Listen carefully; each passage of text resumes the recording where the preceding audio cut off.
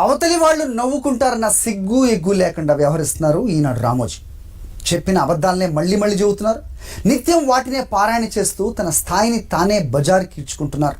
తాజాగా రాష్ట్రంలో విమానయాన రంగంపై విషం చిమ్మారు రామోజీ. రాష్ట్రంలో విమానయాన రంగం వేగంగా విస్తరిస్తున్న విషయాన్ని పట్టించుకోకుండా కళ్ళ గంతలు కట్టుకుని అసత్య కథనాన్ని రాసేశారు రామోజీ. తాజా కథనంలోని అసలు నిజాలేంటో ఒకసారి చూద్దాం.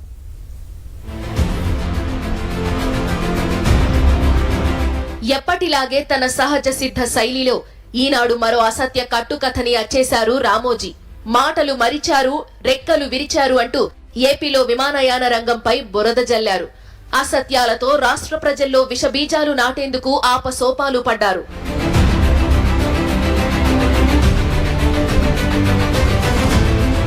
ముందుగా భోగాపురం ఎయిర్పోర్ట్ నే తీసుకుందాం. భోగాపురానికి చంద్రబాబు భూసేకరణ చేయలేదు, పునరావాసం చేపట్టలేదు. కనీసం పౌర విమానయాన శాఖ, రక్షణ రంగం, పర్యావరణం లాంటి కీలక అనుమతులు లేవు. అయినా భోగాపురం విమానాశ్రయానికి శంకుస్థాపన చేసేశారు చంద్రబాబు నాయుడు. కానీ వైఎస్ జగన్ ప్రభుత్వం అధికారంలోకి వచ్చిన తరువాత అన్ని అనుమతులు తీసుకుంది. 2203 ఎకరాల్లో విమానాశ్రయం కట్టేలా జిఎంఆర్ సంస్థతో ఒప్పందం కుదుర్చుకుంది. నిజానికి ఒప్పందం కుదుర్చుకునే సమయానికి సేకరించిన భూమి కేవలం 377 ఎకరాలు మాత్రమే. మిగిలిన భూమి మొత్తాన్ని వైఎస్ జగన్ ప్రభుత్వమే సేకరించింది. 376 కుటుంబాలకు నష్టపరిహారం చెల్లించి పునరావాసం కల్పించింది. నిజానికి చంద్రబాబు హయాంలో అశోక్ గజపతిరాజు పౌర విమానయాన శాఖ మంత్రిగా ఉన్నప్పటికీ భోగాపురం విమానాశ్రయానికి సంబంధించి ఒక్క అనుమతి కూడా తీసుకురాలేకపోయారు. మరోవైపు చంద్రబాబులాగా కాకుండా గత ఏడాది మేలో సీఎం వైఎస్ జగన్మోహన్ రెడ్డి భోగాపురం ఎయిర్పోర్టుకు శంకుస్థాపన చేశారు. ఆ మరుక్షణం నుంచి పనులు వేగంగా జరుగుతున్నాయి. వచ్చే ఏడాది నాటికి ఈ విమానాశ్రయం అందుబాటులోకి రానుంది.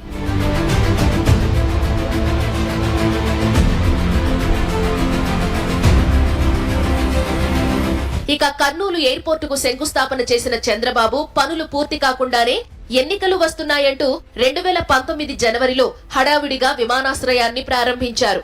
నిజానికి అప్పటికి runway, terminal building, ATC tower లాంటి కీలక నిర్మాణ పనులేవి 30% కూడా పూర్తి కాలేదు. అశోక్ గజపతిరాజే పౌర విమానయాన శాఖ మంత్రిగా ఉన్న ఈ విమానాశ్రయానికి సంబంధించి కీలక అనుమతులను తీసుకురాలేకపోయింది చంద్రబాబు ప్రభుత్వం. కానీ వైఎస్ జగన్ ప్రభుత్వం అధికారంలోకి వచ్చాక terminal building, ATC tower, bay park, administration block, navigation equipment నిర్మించింది. దీనికోసం 240 కోట్లు ఖర్చు చేసింది ప్రభుత్వం. 70% పైగా పనులను ఇప్పుడున్న ప్రభుత్వమే పూర్తి చేయడంతో ఈ ఎయిర్పోర్టుకు ఉయ్యాలవాడ నరసింహారెడ్డి పేరు పెట్టి 2021 మార్చిలో ప్రారంభించింది. ఇక గత టీడీపీ ప్రభుత్వం నెల్లూరుకు దగ్గరలోని దగదర్తి వద్ద ఎయిర్పోర్టు కట్టాలని ప్రతిపాదించింది.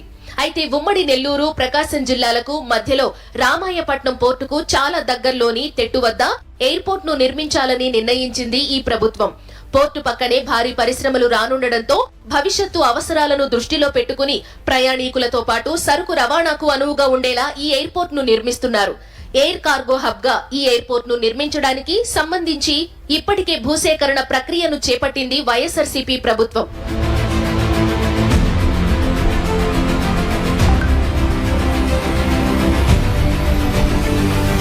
మరోవైపు టీడీపీ ప్రభుత్వం కంటే ప్రస్తుతం ఎన్నో కొత్త నగరాలకు ఎయిర్ కనెక్టివిటీ పెరిగితే సర్వీసులు తగ్గిపోయాయి, రెక్కలు విరిచేశారు అంటూ గగ్గోలు పెట్టారు రామోజీ.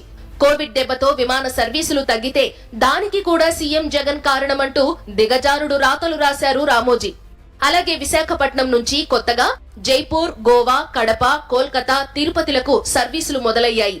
విజయవాడ నుంచి షిరిడి, విశాఖ, షార్జాలకు, తిరుపతి నుంచి బెల్గాం, గుల్బర్గా, శివమొగ్గలకు కొత్తగా సర్వీసులు అందుబాటులోకి వచ్చాయి. వైఎస్ జగన్ ప్రభుత్వం అధికారంలోకి వచ్చాక షార్జాకు నేరుగా ఎయిర్ ఇండియా సర్వీసులను నడుపుతోంది. Dubai, Bahrain, Kuwait, Sri Lanka, Singapore, బ్యాంకాక్లకు నేరుగా సర్వీసులు నడిపేందుకు విమానయాన సంస్థలతో చర్చలు జరుపుతోంది. దీంతో పాటు తిరుపతి నుంచి గల్ఫ్ దేశాలకు, ఆస్ట్రేలియా, యూరప్లకు విమాన సర్వీసులు నడపడానికి సంప్రదింపులు జరుపుతోంది. అంతేకాదు దేశంలో ఎక్కడా లేని విధంగా 4 గ్రీన్ఫీల్డ్ పోర్టులు, 10 ఫిషింగ్ హార్బర్లు, 6 ఫిష్ ల్యాండ్ సెంటర్లను అభివృద్ధి చేస్తోంది. దీనికోసం దాదాపు 20,000 కోట్లు ఖర్చు పెడుతోంది రాష్ట్ర ప్రభుత్వం.